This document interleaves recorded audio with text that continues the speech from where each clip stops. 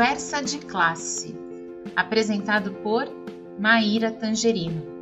Aqui, mentes únicas se encontram em conversas plurais. Sintonize-se para mergulhar em uma jornada única de aprendizado e descoberta. Olá, pessoal! Boas-vindas ao Conversa de Classe. Estamos aqui de volta com uma conversa muito enriquecedora e hoje, gente, uma conversa muito especial. Na verdade, a gente está fazendo uma conexão aqui, né? Brasil Portugal. E nós temos a honra aqui de dar as boas-vindas à professora Tereza Damasio. Ela é uma educadora internacional, ela é CEO do Grupo Ensinos. Professora Tereza, é um grande prazer tê-la aqui conosco e eu já queria começar fazendo aí uma primeira pergunta, né, para a senhora trazer a sua vasta experiência aqui para a nossa audiência, né? A senhora tem uma experiência gigante no campo da educação internacional e também é bastante envolvida em questões de igualdade de gênero. Eu gostaria de saber, professora, como que a senhora enxerga a relação entre a igualdade de gênero e a paz social nas empresas. Boas-vindas, professora. Bem, muito obrigada, doutora Mairara, pelo convite para estar aqui presente no seu programa. É um enorme gosto poder estar aqui com a sua audiência do programa e poder partilhar esta visão e estes laços que se devem ir aprofundando cada vez mais entre Portugal e o Brasil, visto que somos duas nações irmãs. A questão da igualdade de género é absolutamente fulcral para a paz social nas empresas. Infelizmente, nós sabemos que as mulheres ainda não ganham o mesmo que os homens. Haverá 1 ou 2 países no mundo, a Islândia, a Noruega, a Finlândia, o Canadá, onde haverá alguma paridade nos salários, mas o que a Organização Internacional do Trabalho diz é que não conseguimos alcançar, em termos mundiais, o princípio que está plasmado na convenção, numa das convenções da OIT, que diz para trabalho igual, salário igual, não é? Como nós sabemos, a maioria das constituições do mundo tem isso na sua Constituição, na parte laboral da Constituição, e depois tem isso plasmado na sua legislação laboral. Lamentavelmente, tanto na administração pública como no setor privado, as mulheres, mesmo que tenham qualificações mais elevadas, regra geral, têm salários mais baixos. Por outro lado, uma questão absolutamente essencial é a questão da maternidade e da paternidade, ou da parentalidade, como quisermos chamar, e da conciliação entre a vida ativa e a família. Portanto, isso são tudo áreas muito importantes e o que a OCDE nos diz e as Nações Unidas é que a maioria do trabalho doméstico é feito pelas mulheres. Portanto, mais de 75% do trabalho doméstico é feito pelas mulheres. Portanto, sabemos que há convenções, mais uma vez, da OIT sobre a conciliação, mas aquilo que sabemos é que depois, nas leis internas, muitas vezes os Estados não têm leis, não têm capítulos dentro da lei laboral para a igualdade de género e a igualdade de oportunidades que vai desembocar na não discriminação. E, portanto, aquilo que nós sabemos é que, infelizmente, no mundo do trabalho há muita discriminação contra as mulheres. Muitas vezes ela nem sequer é percepcionada pela própria mulher, o que é gravíssimo, porque para ela já é normal que seja assim, quando não é, quando é absolutamente anormal. Mas o padrão cultural faz com que as mulheres achem que ir ao supermercado é uma tarefa feminina, ir às reuniões de pais dos filhos nas escolas é uma tarefa feminina, portanto, nas empresas, ser CEO ou ser reitora de uma universidade é um papel masculino. Portanto, e o que nós temos neste momento é que, em termos internacionais, as mulheres têm, como sabemos, as mulheres são 52% da humanidade, não é? Por outro lado, as mulheres têm mais doutoramentos que os homens, em termos mundiais. E quando vamos a ver os lugares cimeiros, não é os lugares intermédios. Nos lugares intermédios nós já temos mulheres. Essa parte já foi conquistada. Quando passamos para as lideranças, ao nível dos conselhos de administração, as chamadas lideranças de topo, nós encontramos poucas mulheres. Portanto, nós já encontramos mulheres nas carreiras básicas, encontramos mulheres nas carreiras intermédias. Por exemplo, nas universidades, nós já encontramos muitas professoras universitárias. Antigamente eram muito masculino, hoje não. Já temos, basicamente, conseguimos ter números perfeitamente aceitáveis, mas quando saltamos para as reitorias, para as vice-reitorias, já temos mais dificuldade em encontrar mulheres, por exemplo, para professores catedráticos.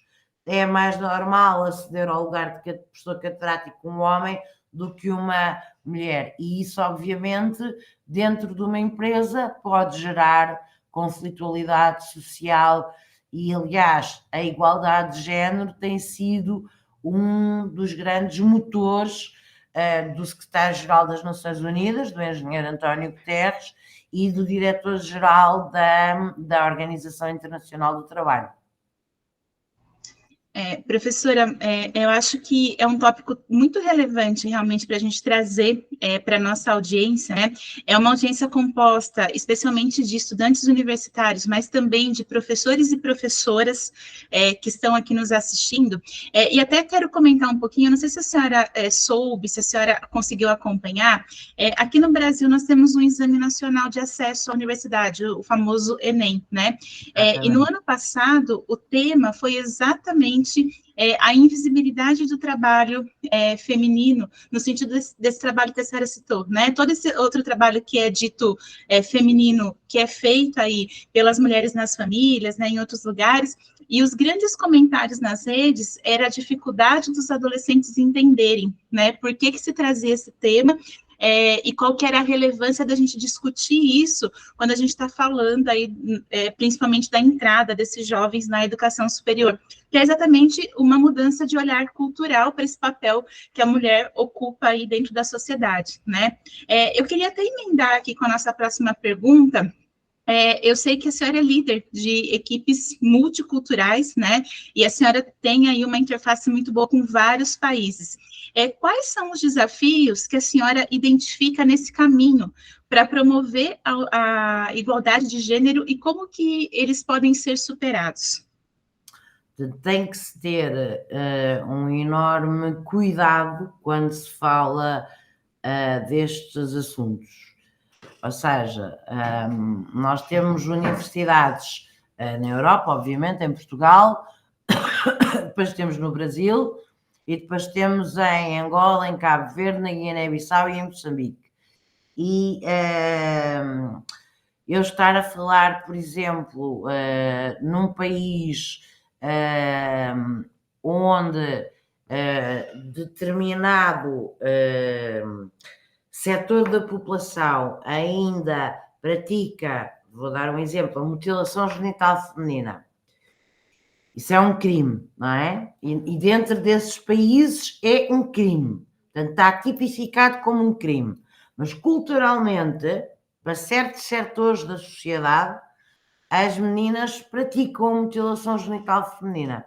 Portanto, nós, enquanto escolas e universidades, devemos lutar contra isso. Mas quando eu estou, por exemplo, numa cerimónia de entrega de diplomas, em que eu estou a falar para centenas de pessoas, onde eu tenho ministros e muitas vezes o próprio Presidente da República, eu tenho que ter um enorme cuidado a falar sobre este assunto, porque falar de igualdade de género é falar de direitos humanos. E, por exemplo, eu falar disso em Portugal ou falar disso no Brasil é uma coisa absolutamente normal. Ou seja, ninguém leva a mal, eu não cometo não me intrometo na política interna do Estado se falar da igualdade de género. Mas há determinados países onde não é assim. E, portanto, tem que se ir, por exemplo, pelo direito à educação. Pelo direito à educação inscrito dentro da Declaração Internacional dos Direitos Humanos. E depois dizer que a educação é para as meninas e para os meninos. E que as meninas não devem abandonar a escola para ir ficar em casa ou para irem para a agricultura ou para se casarem. Portanto, há alguns destes países onde o casamento precoce é algo normal. E, portanto, nós também queremos combater isso. Mas se eu disser num discurso o casamento precoce é uma violação dos direitos das mulheres, eu vou ser... eu posso ter anticorpos ao meu discurso. Portanto, eu tenho que fazer o meu discurso completamente adaptado ao país onde eu estou.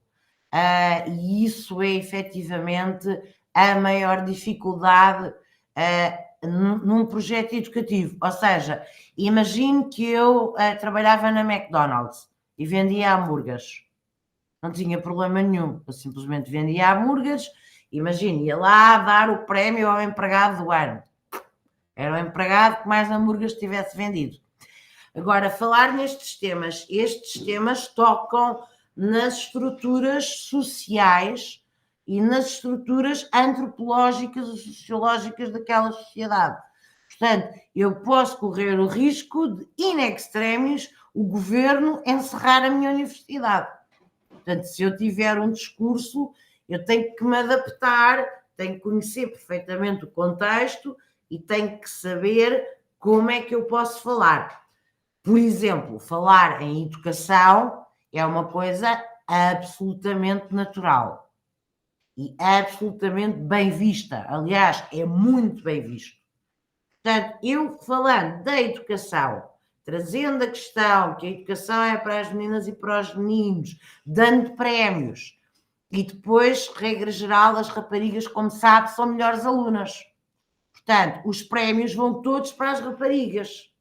Portanto, nós conseguimos dar visibilidade às raparigas porque estamos a dar os prémios aos melhores alunos, mas eu não estou a dizer que as raparigas, regra geral, são melhores. Não, nós temos os concursos dos melhores alunos, que têm as melhores notas, e são as raparigas. E, portanto, elas é que levam o prémio e o diploma. E, portanto, isto é muito bem visto pelos pais, pelas famílias e pela sociedade. E, portanto, começam a achar normal as raparigas estudarem. E na nossa universidade, por exemplo, em alguns destes países, ou nos países com mais, onde as mulheres têm mais problemas, o que acontece é que hoje em dia eu tenho mais alunas mulheres do que homens. E isso para mim é uma vitória absolutamente brutal. E tenho as alunas com bolsas de estudo, a estudarem já em mestrado, a terem bolsas de doutoramento. Portanto, isso é uma enorme vitória. Agora, falar deste tema é um dos temas mais complexos. Dou-lhe outro exemplo. Em Portugal, por exemplo, e no Brasil, eu posso falar sem problemas nenhuns da questão da saúde sexual ou dos direitos reprodutivos das mulheres. Eu, noutros países, não posso falar disso.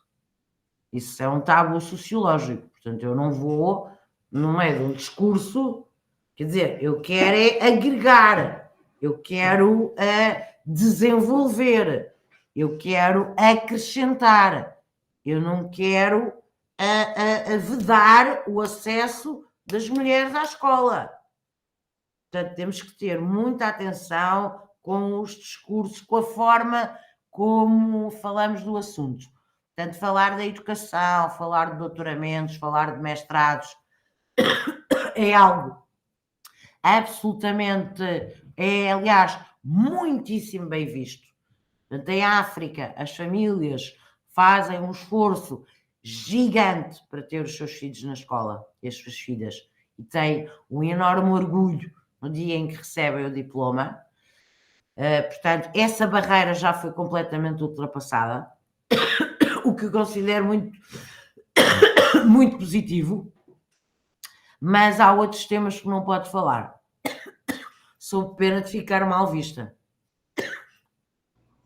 Professora, aqui resposta muito completa, né, bastante ponderada e muito cirúrgica, né, em relação a como esse cenário no mundo, né, não falando agora só de Portugal e Brasil, mas olhando um pouco para o mundo. E na sua resposta, a senhora destaca, né, muito o papel da educação nesse contexto de quando a gente fala um pouco sobre a questão da igualdade de gênero, né. A senhora tem uma atuação, né, muito próxima aí das escolas. O que eu quero perguntar é como que você vê o papel da educação nesse contexto, né? Especialmente nas instituições, tanto de ensino superior ou nas instituições de educação básica. Nós temos escolas de ensino básico e de ensino superior. Nós somos um projeto educativo vertical. Portanto, temos escolas desde o pré-escolar, ensino básico, ensino secundário e ensino universitário. Nós começamos a falar da igualdade de género no pré-escolar. Portanto, pomos, por exemplo, os meninos, as educadoras de infância, põem os meninos a cozinhar. Sempre, põem os meninos a cozinhar. Põem os meninos a fazer a lista das compras para ir ao supermercado com os pais no fim de semana. E pedem aos meninos para fazer tarefas domésticas. Peço desculpa.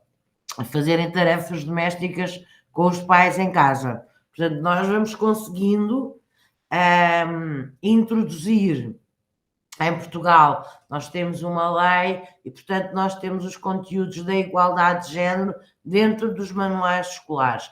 E aquilo que fizemos foi adaptar para os nossos colégios em África e devo-lhe dizer que temos resultados bastante satisfatórios. Bastante satisfatórios. Bastante. Não se esqueça que nós lidamos com diferentes religiões. E isso também temos que ter em conta, não é? E, portanto, devo dizer que os resultados são muito satisfatórios. Mas aquilo que é fundamental é, quando tem uma escola num país que não é o seu, em primeiro lugar, é lembrar-se sempre que naquele país é uma estrangeira, não é uma nacional. Em segundo lugar, conhecer muito bem as leis daquele país e as políticas públicas na área da educação, para que o seu projeto educativo esteja completamente alinhado, para não violar, nenhuma política pública. E depois tentar com a comunidade ter, para além de ensinar, projetos de responsabilidade social. E, portanto, assim vai engajando a comunidade. Muito bom. Eu acho que, de fato, né, esse papel gigante que a educação tem também de promover que as pessoas se vejam, né, em diferentes lugares e de entender também o contexto dessas várias ações educativas que vão promovendo a igualdade de gênero. Só para lhe dar um exemplo, eu no meu Instagram sou muito contactada, eu diria várias vezes por semana, por mulheres afegãs do Afeganistão que estão em casa. Como sabe, no Afeganistão as meninas não podem ir à escola. E então pedem-me colaboração em projetos, porque elas têm escolas secretas com raparigas, e pedem-me colaboração em projetos que possam fazer com as meninas para empoderar as meninas. E nós trabalhamos em conjunto.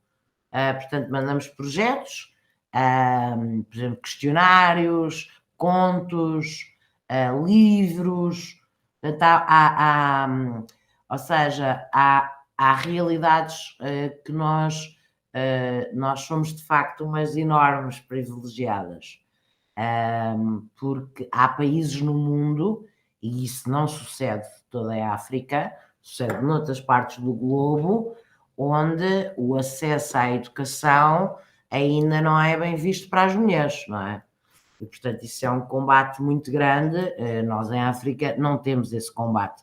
Portanto, a educação é perfeitamente assumida pelos pais e pelas mães e pelas famílias. Mas no Médio Oriente, por exemplo, há países onde as mulheres... No Afeganistão não podem ir à escola. E noutros países onde têm sérios condicionamentos, como nós sabemos. E, portanto, pedem muita ajuda. E há coisas que é muito fácil fazer. Ou seja, conteúdos que é muito fácil trabalharmos. Pormos uma classe. Eu, neste momento, tenho uma turma do ensino secundário a trabalhar com um grupo de meninas do Afeganistão. Coisas que para nós são tão banais como mandar um texto. Discutir um texto. E estar a discutir o texto. O que é que cada um pensa daquele texto. Para os nossos alunos isso é banal, para aquelas meninas isso é maravilhoso, porque elas estão a discutir um texto com meninos de Portugal, da União Europeia, estão a discutir com rapazes e com raparigas, portanto não estão a discutir só com raparigas, e através de um simples texto nós podemos falar de imensas coisas. E podemos mudar a vida das pessoas. Portanto, trabalhar em educação é efetivamente o poder mudar a vida de um ser humano. Agora, imagino que é mudar a vida de milhares de seres humanos, não é? Eu orgulho muito deste trabalho que estamos a fazer com o Afeganistão, porque de facto aquelas meninas vivem fechadas em casa, não podem sair. E atenção, nós estamos neste momento as duas a falar ao computador e o nosso IP está ativo, certo? Portanto, as polícias dos nossos países identificam o nosso IP, mas se estivéssemos no Afeganistão, isso podia significar que nós éramos presas e in extremis mortas. Portanto, nós não temos noção do que significa esta liberdade de estarmos as duas a falar. No Brasil e em Portugal, em 2 continentes diferentes. Significa que nos nossos países há liberdade tecnológica, liberdade de expressão, democracia, justiça e igualdade de género. E nós nem sequer pensamos nisto. Nós achamos que isto é simplesmente uma conversa. Não, isto é muito mais que uma conversa. Por isso é que eu digo sempre aos meus professores, olha, a única coisa que que nós não permitimos é que não cumpram os direitos humanos. E ficam a olhar para mim. E eu digo, pois, isto parece muito simples, não é? Mas isto é muito difícil. Cumprir os direitos humanos é muita coisa.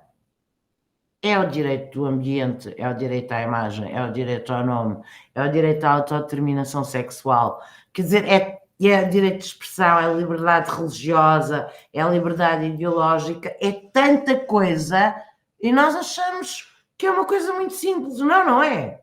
É uma coisa muito complicada. E isto é o que a educação deve fazer. E todos os educadores devem perceber que podem efetivamente transformar o mundo. Por exemplo, os seus programas, imagine que punha a legendagem em inglês. Já podiam chegar, por exemplo, ao Afeganistão. E aquelas meninas podiam seguir o seu programa. A ver, estou a dar aqui um exemplo. Ou seja, o impacto das coisas que nós fazemos é um impacto que nós não temos noção onde é que pode ir parar. E o que é que nós podemos mudar na vida das pessoas. Eu, por exemplo, todas as diretoras das minhas escolas são mulheres. Portanto, eu não posso dizer que defendo os direitos das mulheres e depois ter homens nos lugares de liderança. Então respondem-me assim, então a senhora anda a falar de direitos das mulheres e de igualdade de género e depois, quando tem uma reunião, os seus diretores são todos homens. Não, não pode ser. Eu tenho que começar por mim, eu tenho que dar voz às mulheres. E é difícil, porque as mulheres não estão habituadas a ter voz. As mulheres não estão habituadas a terem que fazer uma apresentação em público. As mulheres não estão habituadas a ter participação política, por exemplo, a ter participação partidária, a falarem num congresso político, não estão habituadas porque, infelizmente, em casa não foram educadas assim, não é? Eram educadas para ajudar a mãe, serem boas alunas, não é? Obviamente, nas nossas sociedades isso é já há muitas décadas que é assim, ir à escola, obviamente, ser boa aluna, mas depois, se houver uma família com um irmão e uma irmã, a irmã, se calhar, para sair, precisa de ir acompanhada do irmão. Quer dizer, isto não faz sentido. A rapariga deve poder sair, os pais marcam-lhe uma hora para ela estar em casa, ela tem que cumprir esse horário, mas pode sair com os seus amigos, obviamente, não é? Portanto, há um conjunto de costumes que nós, efetivamente, através da escola, e eu aí diria que é mais, ou seja, o impacto que nós podemos ter nestas questões é muito maior no ensino não superior, no ensino básico, no ensino secundário. Muito superiores, muito superiores, muito superiores, muito superiores. Professora Tereza, muito obrigada, né, pelo compartilhamento aí valioso conosco. Teve vários momentos aqui que me arrepiou da cabeça aos pés, né? Eu acho que é muito importante a gente poder trazer para o nosso público exemplos de mulheres que enxergam também o papel das outras mulheres e a relevância delas estarem atuando aí. Na sociedade, né? Muito obrigada com o seu comprometimento, né, em falar sobre igualdade de gênero. Fica o convite para voltar sempre que quiser no Conversa de Classe, porque a gente com certeza vai chamar. Claro que sim, claro que sim. E quando for a Brasília, terei todo o gosto em ir visitar a sua universidade.